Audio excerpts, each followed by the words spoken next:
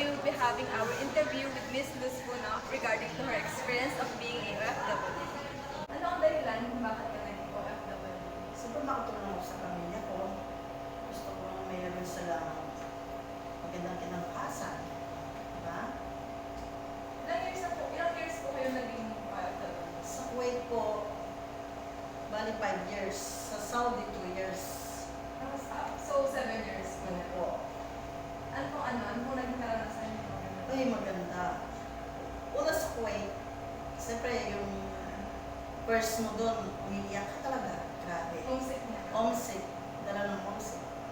Tapos, pero pag nakasahod ka na, happy ka na. Tuwan-tuwan ako. Tapos pag first 3 months, ano pa lang yun, pagsubok.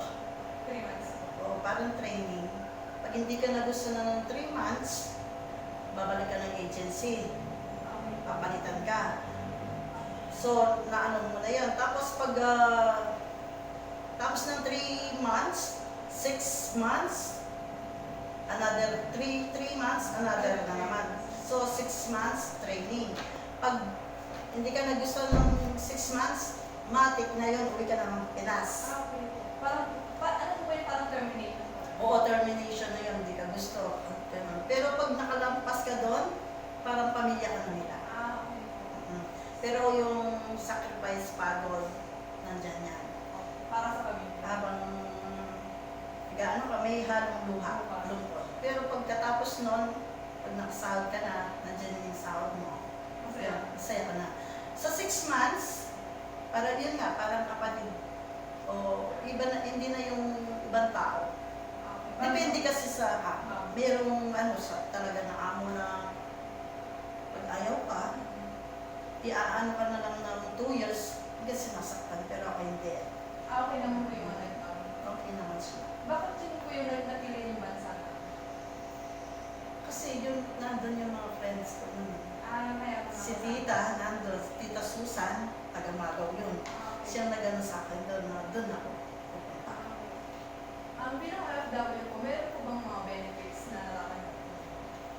Benefits sa Saudi wala, ay sa abroad wala. Ano lang, yung ano mo lang, yung tawag doon, insurance. Sa okay. Insurance. Pero, Pero sa amo, sila nang bahala kung bibigyan ka ng adiya. Adiya tawag doon.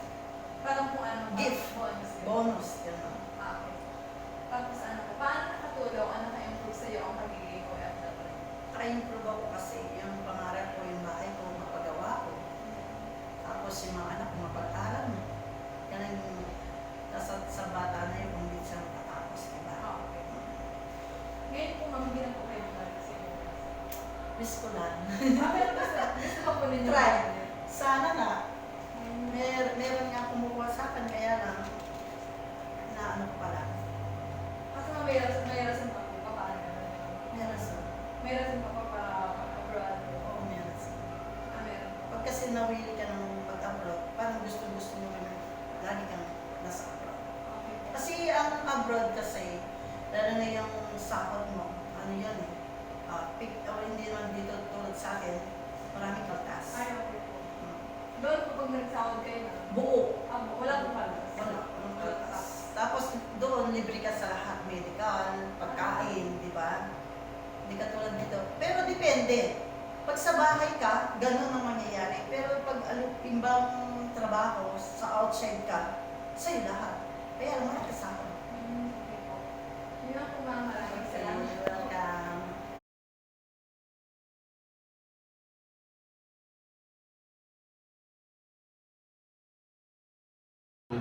Ano ang dahilan kung bakit ka Actually, hindi ko naman pinili talaga mag-OFW. Kasi yung sister ko din sa Malaysia, pregnant siya. Tapos, andun lang ako para tulungan lang siya. Kaso lang, late kasi na-approvean yung visa ko. So, nung nagpunta ako doon, malaki na yung pamangkin ko. Kaya sabi nung sister ko, mag-try na lang ako maghanap-hanap ng work. And luckily, I got the chance na mag-work.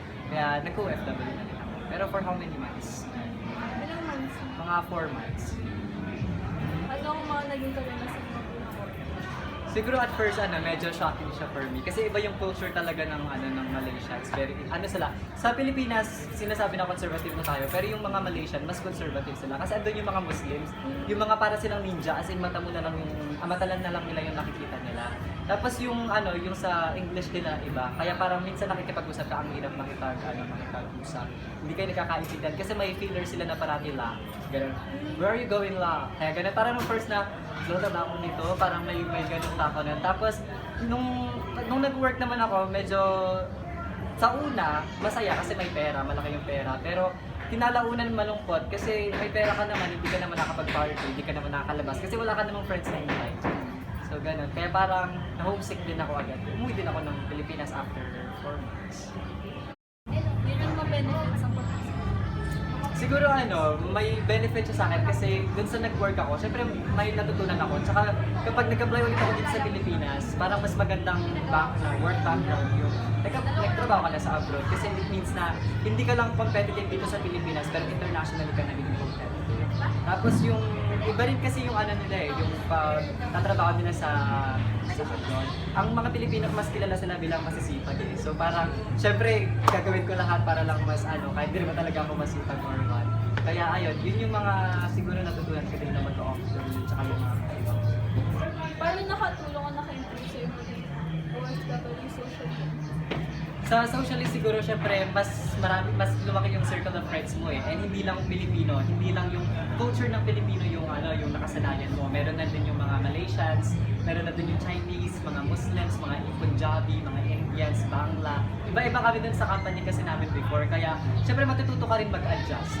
Paano ba yung way ng pakikipag-usap, kung paano mo dadalhin yung sarili mo sa kanila, kung paano mo i-represent yung sarili mo sa kanila. And then physically, syempre may pera. So, may may pampagwapo, may pampaputi, may pampakain ka, tataba ka konti, gano'n. Tsaka yung nag-adjust ko din sa culture nila. Kasi sa Malaysia, very, very liberated din.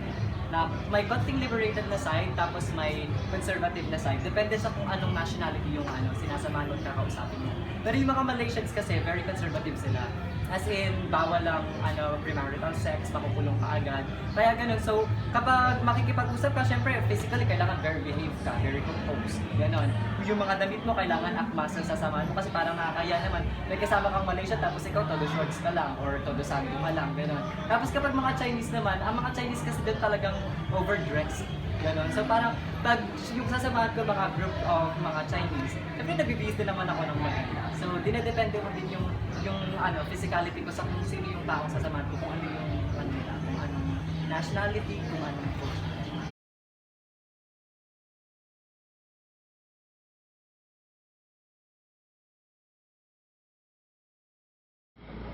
Ano ang dahilan kung bakit ka naging OFW? Para mayangat ko yung antas ng aming pamumuhay. Bakit yung bansang iyon ang napili mo? Kasi yun ang para sa akin, yun ang pinaka the best para sa akin. Ano ang mga naging karanasan mo sa pagiging OFW? Mahirap ang maging OFW. Unang-una, homesick ang kalaban mo doon. Tapos pagod. Minsan hindi tao ang turing nila sa iyo kundi kalabaw. Mayroon bang benefits ang pagiging OFW? Ano ang mga ito? Malaki. Gaya ng nakapagpundar ako ng bahay sa amin. Nabigyan ko ng magandang bahay yung pamilya ko. At natulungan ko pa yung mga magulang ko para doon sa kanilang araw-araw na pangangailangan. Paano nakatulong o naka-improve sa'yo ang pagiging OFW? Malaki na improve niya dahil unang-una lumakas ang loob ko. Hindi lang niya pinalakas yung loob ko, kundi pinaganda niya pa yung buhay ko.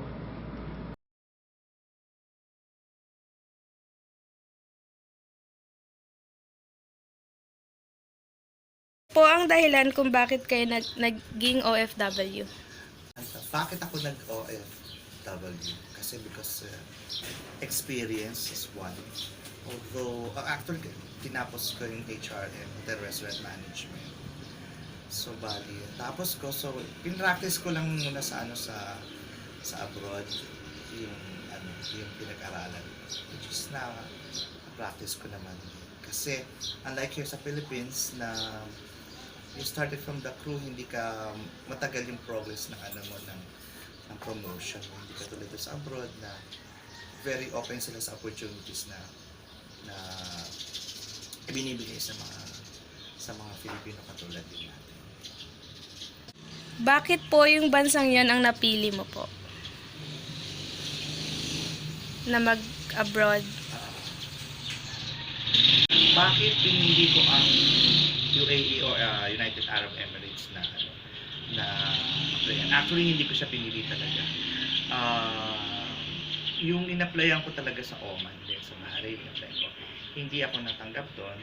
Siyempre, hindi ba lahat ng applyan natin natatanggap tayo. So, bali nag-apply lang ako. Actually, hindi ako ang nag-apply, in-apply lang ako nung may-ari nung katabi naming convenience store doon kasi nakita niya ako kung paano ako mag-serve, makipag-customer relation sa kanila at sa mga customer din namin. Before I go to UAE, I was a store supervisor sa Subuki sa Mariposa Street.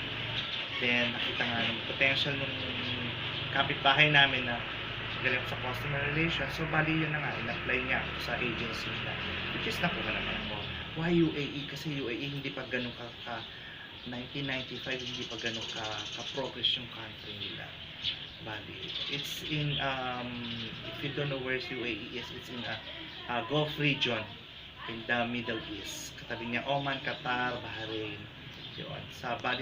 Ngayon, stable ang economy nila, maganda ekonomiya nila unlike sa ibang country na bumababahe at umaakit ang ekonomiya nila, doon stable ang economy nila, which is good din naman din sa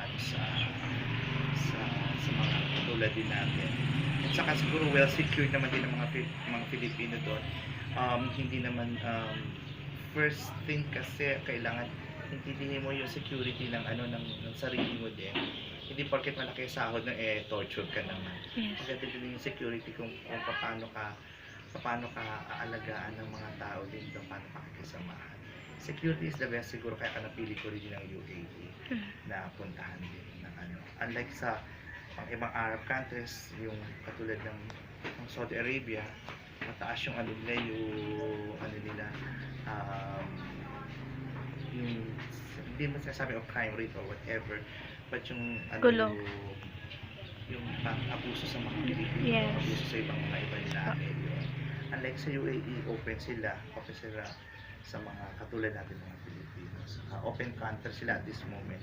It's good naging open sila na sa mga Pilipino din, at the same sa ibang mga banlahe din. Kaya napili ko siya. In terms of sa karanasan na mas experience din sa trabaho din doon sa UAE, malaki experience ko din doon kasi sabi ko nga din na doon naranasan ko from a crew, tapos umakyat talaga yung position ko doon, naging restaurant manager ako ng isang fast food doon, which is good experience din yun. Malayo ka sa pamilya mo din,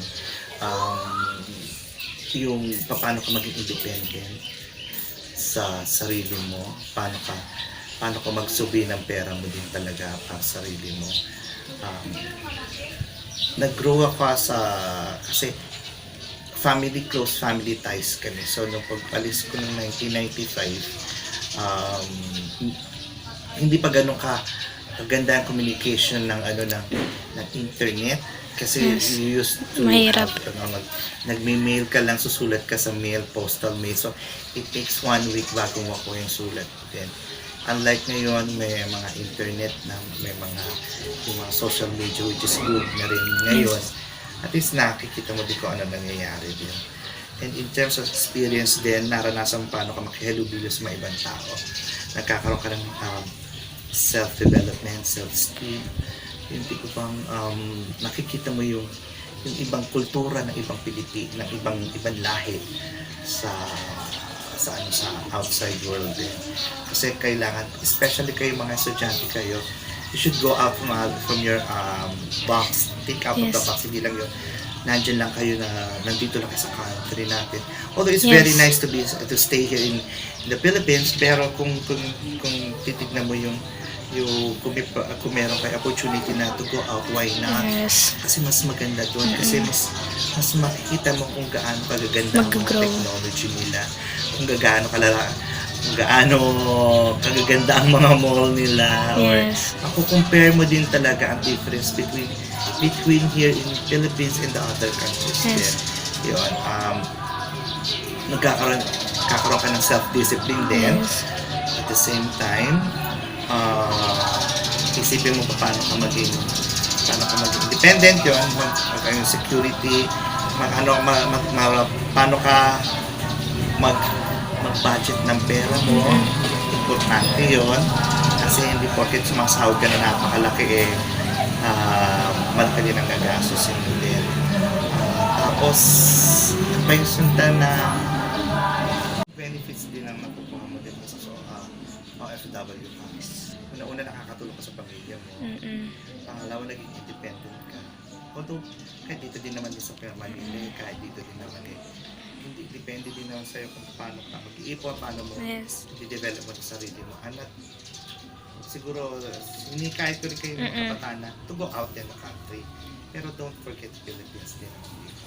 Kasi doon at doon natin babalik ka rin. Benefits mo makukuha doon. Depende sa pupuntahan yung country. Kasi kung pupunta kayo sa mga Middle East, okay lang din naman din doon. And kung pupunta kayo sa other side of the world, sa America o whatever, mas malaki makukuha nyo yung benefits. Bukod sa may citizenship ka na din doon, may mga insurance ka pa rin. Ano pa ba mga benefits? Nakatulong ka sa pamilya mo, nakakapapadala ka ng pera, nakakatulong ka sa bayan mo. Ano pa ba? Dumadami lalo ka mag-anak mo. Dumadami yung mga kilala mo. Yes. Yun, gano'n na nakikita mo yung ibang buhay sa ibang bansa na hindi lang puro linis ka lang na umaga tapos at the same time hanggang hapon din maglilinis ka din. Doon hindi. Linis ka lang, patrabaho ka sa umaga, pleasure ka sa hapon, pleasure ka rin sa gabi. Yes. Ganun lang. Marunong, matututo ka mag-ipon. Socially, malaki na tulong sa akin ng na-meet ko ang na-meet ko yung mga tao, iba-ibang kultura. Yes. Tawag dito. Kapwa Pilipino. Kapwa Pilipino, mga ibang lahi. Na-meet ko din sila, gano'n. Natuto din ako ng paano yung kultura nila, tulad ng mga Muslim na akala natin mga should I say na may label sa pag sinabi na Muslim ka, may label ka na terorista ka, pero they are not. They're very, very good people talaga. Natuto ka paano galangin din yung religion nila, at the same time gagalangin din yung religion mo as a Christian.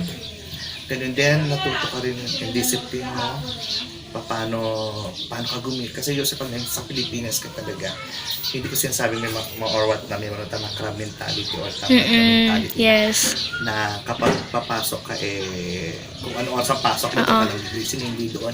Kasi you have to drive your own car, you have to prepare your food na para ikaw makapasok o gano'n. Self-discipline, yes. Socially, yes. Halubilo ko sa ibang mga lahi. Nakukuha mo yung maganda nilang kultura, you could also learn their language also at the same time. Yun yung nag-improve sa'yo. Nag-improve din sa akin. Basically, lumaki ako ng katawan ko. Hindi wala kasi gagawin doon, kumain ka na. Kasi hindi mo, yung ibang tipo bang dito sa Pilipinas, hindi ko naman sinasabi lahat o whatever. You cannot afford na bumili ka ng apple or ng manzana. Samantala doon, ang dami-dami ng manzana. Mura lang. Mura lang. Ganun din, na pamili ka naman gusto mong bilhin. Kapag iipunan mo talaga na magkakaroon ka ng goal din talaga sa sarili mo na gusto ko to, gusto ko itong bilhin. Yes, yung mindset. May mindset ka, nakafocus ka talaga. Makakabili ka ng Louis Vuitton na bag, Yes. ka ng sapatos ng Yung Louis stable. Oh, yung ganun na ba? Meron ka ba? Meron ka na. Dito din naman may mga set of mind tayo. Kasi the whole thing is, pagdating mo ng 6 o'clock, andyan ang friends mo, lalabas kayo. Doon hindi atatin ng 6 o'clock. Pagdating mo ng 6 o'clock, you have to cook for your food. Tapos, kailangan mag-prepare din for the next day. Physically, yun, okay lang naman physically. Tumaba nga lang ako ng gusto doon. Financially, Okay na okay. ay oo, okay na okay. Okay na okay. Yung hindi mo nahawakang pera dito, mahawakan mo. Basta marunong ka magtipid, marunong ka magtipon, marunong ka sa buhay mo. Yun lang.